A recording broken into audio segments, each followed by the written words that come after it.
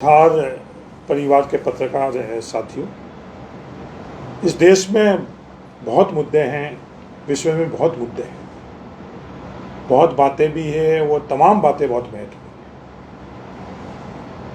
बड़े लोगों की भी बात है, लोकतंत्र के अंदर जो सबसे बड़े पद पर बैठे हुए हैं उनकी भी व्यक्तिगत बातें भी हैं।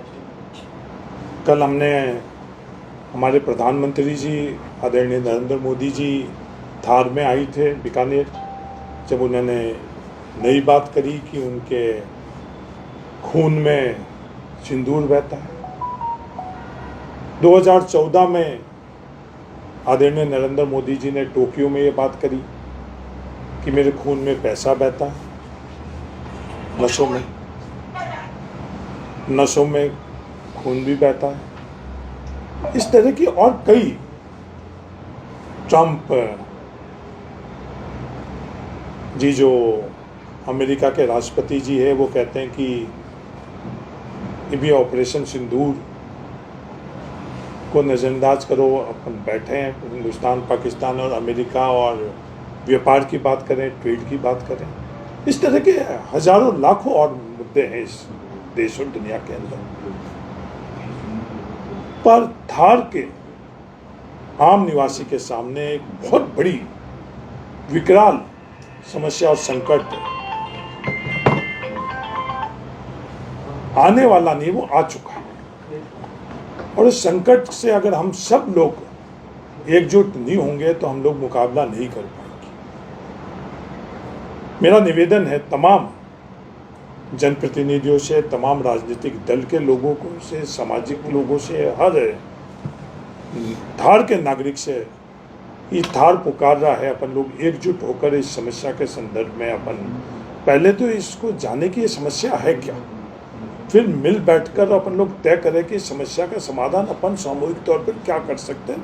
उस संदर्भ में अपन इस पर एकजुट होकर और कार्य करें। इसमें कोई राजनीतिक विचारधारा, मैं व्यक्तिगत तौर पर हर जनप्रतिनिधि, हर राजनीतिक दल को भी निवेदन करूंगा, मैं उनको चिट्ठी भी लिखूंगा, बात करने की ज़रूरत पड़ेगी तो मैं बात भी करूंगा, पावर सेंटर्स को भी बात करूंगा, संवैधानिक पदों पर बैठे हैं उन लोगों से भी बात करूंगा कि अपन सब लोगों को मिलकर, और जो ये समस्या आ चुकी है, जो मेरी समझ है वो समझ भी आपके माध्यम से मैं इन लोगों तक, थार के लोगों और विशेषकर जो जनप्रतिनिधि आज्ञावान लोग हैं उन तक पहुंचाने का आज मैं प्रयास करूंगा।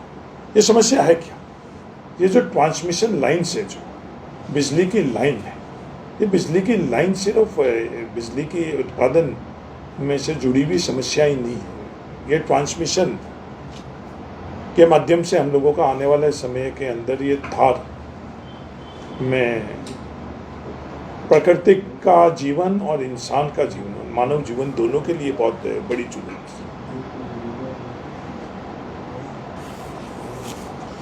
राजस्थान के अंदर 2030 तक 115 गीगावाट का लक्ष्य रखा गया। जो 115 गीगावाट का लक्ष्य रखा हुआ है, वो सबसे ज़्यादा इसका उत्पादन कहाँ होता है?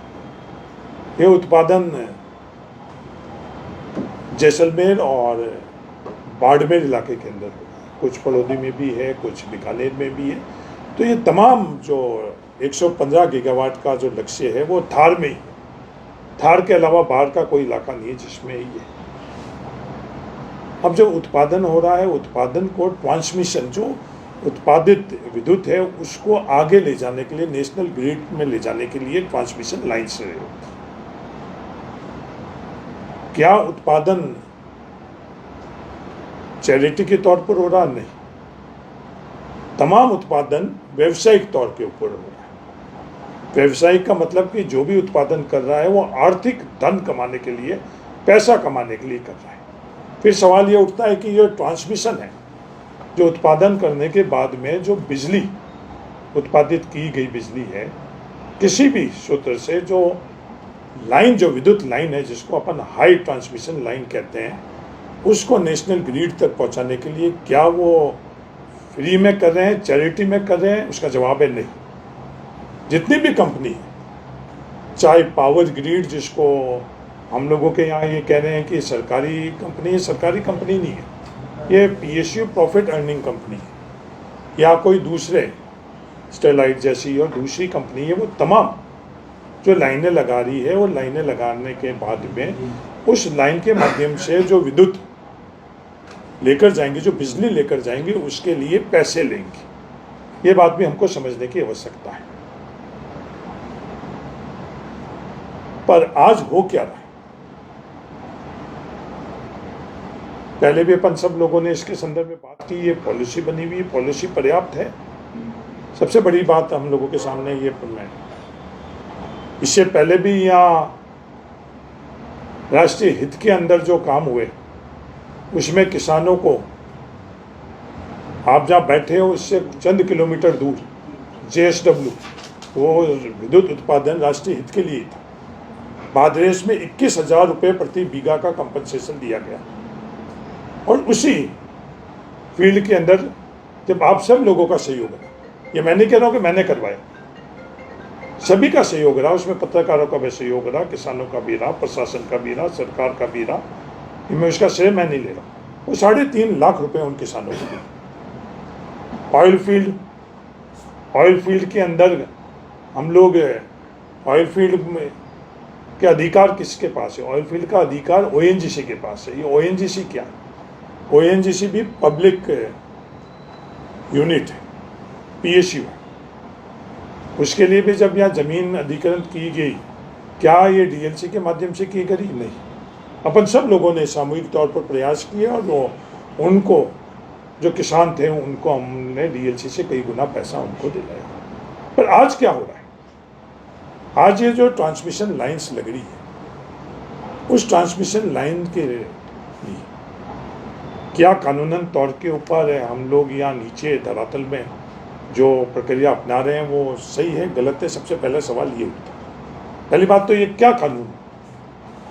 ये सबको ये कहते हैं कि साहब ये कानून है, भारत सरकार का कानून है। हाँ, अब थार के लोग भी पढ़ लिख गई, थार के लोग IAS भी बन गए हैं, थार के लोग दूसरे क्षेत्रों के अंदर, तो हम लोगों को भी पता कानून क्या। जिस टेलीग्राफ एक्ट की ये बात करते हैं, उस टेलीग्राफ एक्ट को ईमानदार से यहाँ लागू कर रहे हैं? नहीं। मैं सरकार और प्रशासन को ये कहना चाहता हूँ, ये सवाल करना चाहता हूँ कि आप उसको लागू कर रहे हो? उसका उत्तर है नहीं। ये टेलीग्राफ एक्ट है क्या? टेलीग्राफ एक्ट जिसके माध्यम से आप पुलिस को भेज रहे हो, जिसके माध्यम से आप प्रशासन को भेज रहे हो, मैं जिला प्रशासन और सरकार को कह रहा हूँ कि आप सही भेज रहे हो? नहीं भेज रहे। मैं कहने के लिए नहीं कह रहा हूँ। ये टेलीग्राफ एक्ट जो है, ये आप लोगों के सामने है, इसके अंदर प्रावधान है। ये प्रावधान क्या है? टेलीग्राफ एक्ट के अंदर प्रावधान है कि कंपनी अगर काश्तकार सहमत नहीं होता है या काश्त का, उन दोनों में से किसी को इस लाइन के लिए और ट्रांसमिशन के जो पोल है उसके लिए अगर आपत्ति होगी तो वो जिला कलेक्टर के पास अपील करता है। मैं तमाम जिला कलेक्टर से पूछना चाहता हूँ कि आपके पास कोई भी, आज तक जब मैंने ये बात पता करी, एक भी कंपनी ने जिला कलेक्टर के पास नहीं करी। तो आप खुद कानून को अपने हाथों में ले रहे हो। जब आप किसी प्रशासनिक अधिकारी को वहाँ भेज रहे हो, पुलिस को भेज रहे हो, ये जो टेलीग्राफ एक्ट है इसका वायलेशन, जिसके को आप कहते हो कि ये टेलीग्राफ एक्ट के माध्यम से हम लोग करें, इसका वायलेशन आप खुद कर रहे हो। एक जगह भी इस ट्रांसमिशन लाइन के संदर्भ में आप लोगों ने फैसला किया है क्या? नहीं। जो थार के लोग हैं, थार के लोगों का जो कानूनन हक और अधिकार है उसको आप कुचल दो। ये कुचलने के पीछे इनका मंशा क्या है? आज आप पूरी दुनिया अच्छी तरह से जानती है, ये हम लोगों के लिए कलंक की भी बात है कि वो व्यक्ति हमारे थार का ही है। पर व्यक्ति थार का होने से क्या है?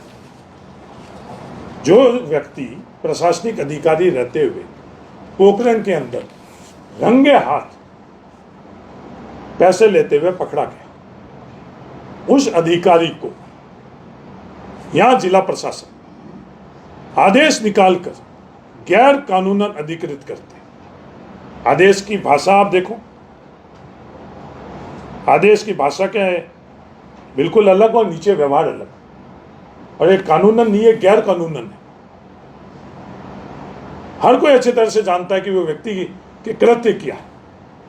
पोखरण के अंदर भी थे, उस समय तत्कालीन सरकार हम लोगों की थी। मैं जो सरकार में उन लोगों को भी चेताना चाहता हूं, उसकी कीमत हम भुगत चुके। हम इस थार में बाड़मेर जैसलमेर के अंदर 9 सीटों में से 1 सीट क्यों जीते हैं? वो इस तरह के कृत्य के कारण जीते। थार के लोग बहुत सचेत सतर्क हैं। इस तरह के भ्रष्ट व्यक्ति को दंडित करने की जगह उसको हम लोगों ने हमारी सरकार के वक्त उसको बरी करना, ये पाप तो हम लोगों ने किया और इस पाप की कीमत हम लोग लोकतंत्र के अंदर जो भुगतनी होती है वो भुगत चुके हैं। और उसी को पुरस्कृत कर और पूरा हर स्तर के ऊपर थार कर रहा था। हर कोई ये कह रहा था कि ये व्यक्ति जो एसडीएम के पद पर रहते हुए आज इस बॉर्डर के अंदर गैर संवैधानिक और गैर कानूनन तौर के ऊपर वो क्या कृत्य कर रहा है। उसके बावजूद भी इस व्यक्ति को पुरस्कृत कर इन कंपनियों का, इस कंपनियों का किस मकसद से और किस मंशा से उस कंपनियों के लिए ये आदेश निकला गया, आज ये सवाल खड़ा होता है।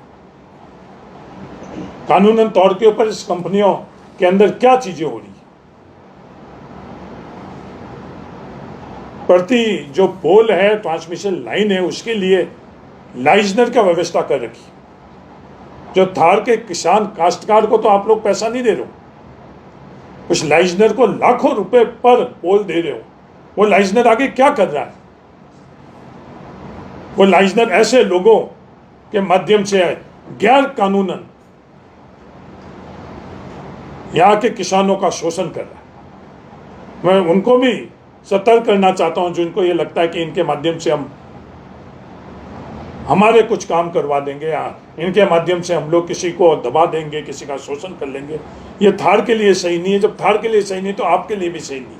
इस तरह के कृत्य जो भी हो रहे हैं, ये एक नई व्यवस्था इन लोगों ने चालू कर दी। नई व्यवस्था क्या चालू करी कि जो पर पोल लाइजनिंग के लिए इन्होंने पैसे करने, और सब जानते हैं। अगर कोई ये कहता है कि किसी को पता नहीं है तो वो झूठ बोल रहा है।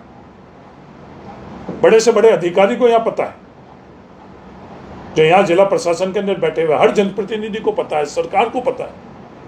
किसान को तो हम लोग मुआवजा नहीं दे रहे हैं और उन लोगों को लाइजनर के तौर के ऊपर हम पैसा दे रहे हैं। और वो क्या कर रहे हैं? हमारे अज्ञान किसानों का शोषण कर रहे हैं। अज्ञान किसानों का शोषण, एक व्यक्ति को तो हजारों रुपए दे रहे हैं और दूसरे व्यक्ति को वो लाखों रुपए दे रहे हैं। यहाँ जो कंपनियां आई हुई है और